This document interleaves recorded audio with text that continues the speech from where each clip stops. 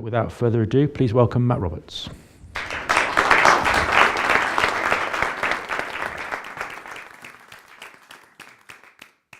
Good afternoon. Welcome those in the room, welcome those on the web. I'm going to talk a bit about sustainability. We've heard sustainability mentioned several times today, and where does it fit? And my particular interest here is where does it fit into the social bit fit into the sustainability, and very much that third pillar. Start off with Sustainability 101. Most of you will know this, but just in case there's one or two in the room who don't. Sustainability has three pillars. The first of those pillars, can somebody advance the slide for me, please? Is environment. And environment's kind of a well-developed pillar.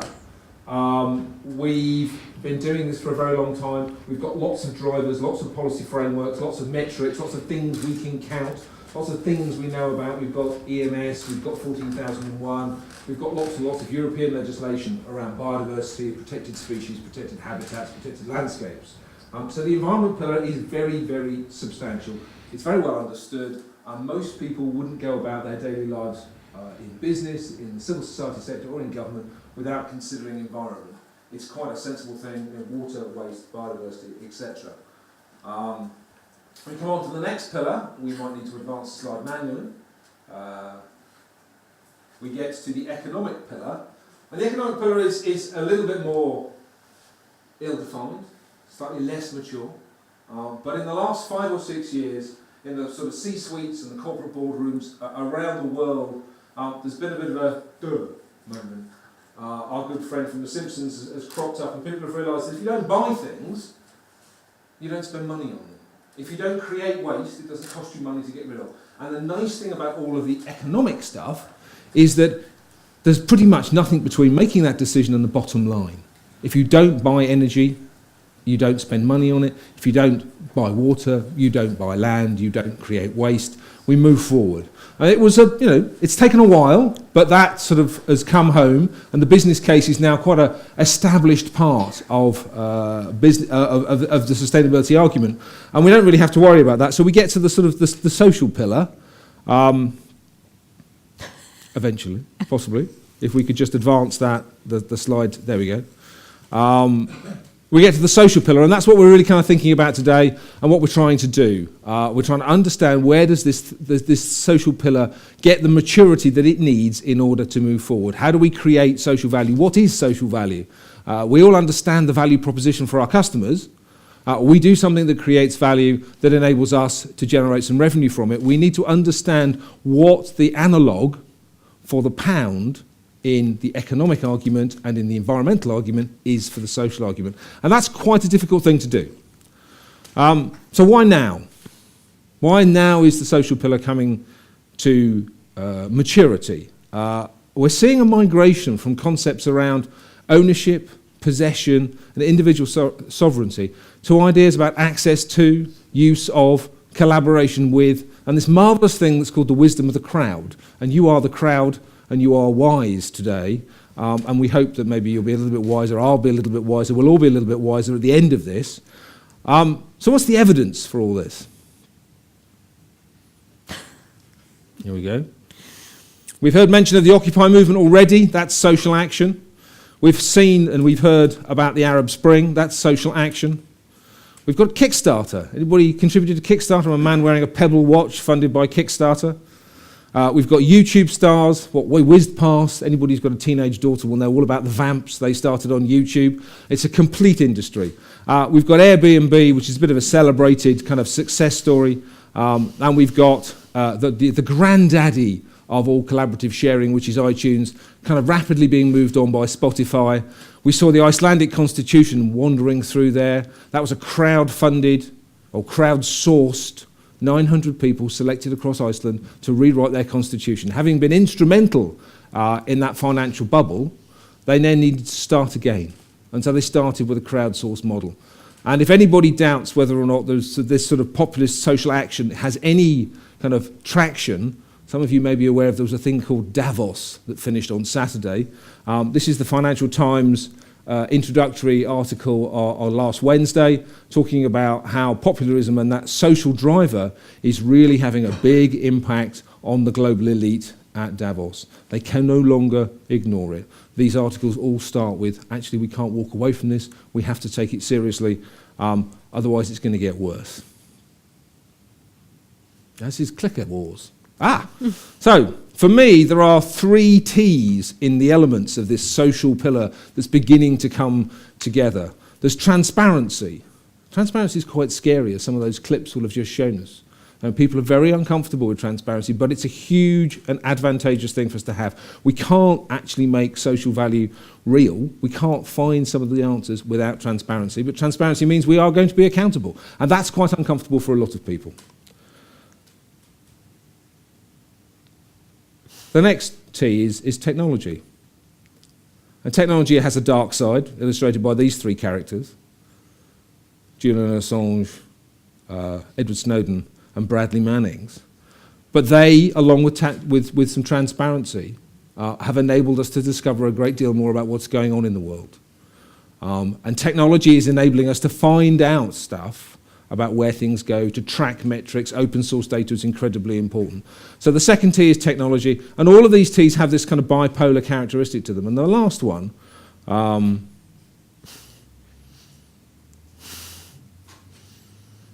is trust.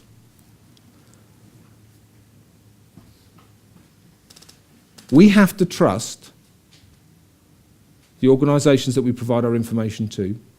They have to trust us in return. Without trust, we cannot move the social agenda forward. We cannot use the technology, we cannot use the transparency to effect. So trust is incredibly important, and without that trust, we won't get that on. Now, the great advocate of this sort of collaborative economy that we're talking about, of crowdsourcing, is Rachel Botsman, whose collaborative consumption YouTube talks and TED talks have become legendary, and there's an entire industry built around this. She sees things like eBay and Airbnb and Zipcar as clear indications that we have made a step forward in our ability to trust total strangers, driven by technology and driven by transparency. We can see that the eBay purchaser or the eBay vendor, we can see their performance, we can see their rankings, we can see what people think of them. We have a technology platform that puts us in touch with them, and so we've got this trust that comes out of the back of it. And these are all really important parts in building this social pillar, because without those various different components, nothing will happen. So what is social value? We've got to agree a language. Agreeing a language is a sign of maturity. When we're all running around talking about different things, it's because we're searching through the darkness, trying to find the answers. So social value is about agreeing a language, and I think there's the language that we're trying to agree today, the language that is being tried to agree through government, through the NGO community, in civil society and in business, is an indication of the fact that we've got some real maturity taking place. So we're trying to agree some language.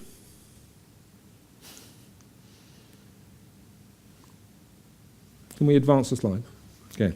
We're trying to understand the complexity. Social is really complicated. I mean, economics is quite straightforward.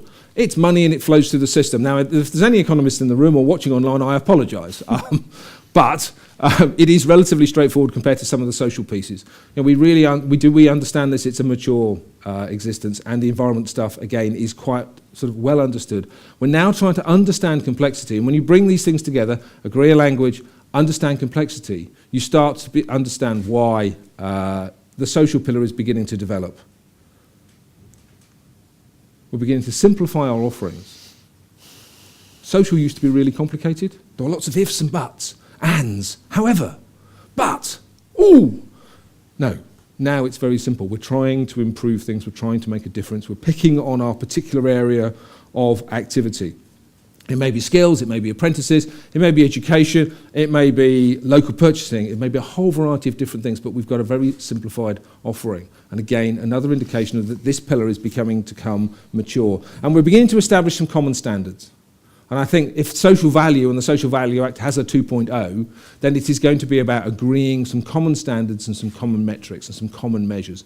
And that's that search for common standards which gives me huge hope that we're actually sitting on the edge of something that's really quite exciting. The excitement really is, what is it? It's a clicker. It's the value that we add by the choices we make. The Landmark Difference Report, which I was very delighted to be part of, was about the choices we make.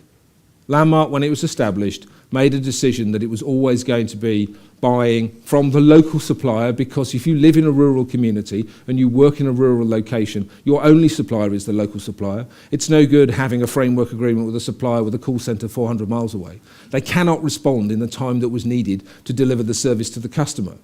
We made a choice which created value. And it was a very positive decision. It wasn't a decision that we understood at the time. We made that decision well over 10 years ago, well before the Social Value Act was ever going to be, was drafted, was even thought about. We made a decision to buy locally because we didn't have a choice. But we've stuck with that decision so far, and it's been very positive. So the value that we create is in the choices that we make. And I think we're all very familiar with that, and we've heard it from other people. Measurement is a really important part of this. I'm not an engineer. If there's some engineers out there, you'll recognise this. It's a very detailed measuring device. And we've got to find the detail in social value and in social capital. We've got a simplified offering, but we have to find some detail and we have to be accurate about it. And that's one of the things that we learned from our report, was that we found it very hard to be accurate. The social GVA, the social return on investment, is a very hard thing to calculate. We don't know where it is. Oh, that's convenient, isn't it? Almost like I planned it. This is very much Landmark language. It's outside the wire. It was there. I'm sure I saw it. It's there. Somebody want to advance that slide for me? There we go. It's outside the wire. And for all of us, it's outside the wire. We often talk about it's outside the wire. It's life outside the wire. It's life outside the constraints of our business. We live in this weird world where we actually have a wire around our estate in many cases, so it's very physical for us. It's very tangible. But for many people, it's not. It's their business. It's their social enterprise. It's their civil society organisation. Life doesn't really exist out there, and we can't control it and we can't understand it. So we have to find a way to breach that wire. We have to find a way to reach through it and understand what's going on, because most of the impact that we have is outside the wire. So what do we measure when we reach through the wire? Is it input or is it impact? Now, input is the easy stuff. Input is the number of people we employ, the number of apprentices we employ, the progression that they make. That's relatively straightforward. It's not particularly complicated, it's not particularly involved, and we can do it, and we can do it today. But in actual fact, we do need to move to a world where we're looking at impact. We need to understand where those impacts are, and we have to come up with ways of tracking those impacts over time. Tim told us earlier that time is quite an important part in decision making. We've been driven quite often by very short-term performance indicators. We need to come up with long-term performance indicators and long-term ways of tracking this. And it's our ability to use things like technology and transparency and trust that is going to enable us to track people over time, track change over time, track impact over time. If I go in and help in my local school in the village that I live in Wiltshire, and it sees an uptick in attainment from some of the children in that, how does that then play through over the next decade to sustain that community? Because they get jobs in the locality, they might come back to the locality, their family may very well stay together, they will use the local sports facilities, they will use the local shops, they'll drink in the local pubs, they'll buy tobacco from the local tobacconist. Whatever it is they're going to do, they'll do it locally. And how do we track that through? So if we actually improve the educational attainment in a local school, how do we move that forward beyond? And that's very hard to do. And one of the things that I think we're going to have to start talking to people about is using open source data about people. We've seen many of you will have smartphones. Many of you will have smartphones because you're watching this streamed. Therefore, that's the sort of thing that you would do. Many of you will have smartphones. Many of you will have smartphones that will tell you about when the next train is turning up, when the next bus is turning up, when the next taxi is available. That uses open source data. That's massive amounts of data that's been made available to lots of people, and anybody who wants to come along and use that data to drive an app can. Now, if we can access that sort of information about progression and people and communities, then we can begin to understand the social impact that we are having. In order to be able to use information about people, we have to be trusted. Trust is really, really important in this. I'm trusting the clicker, by the way. Oh.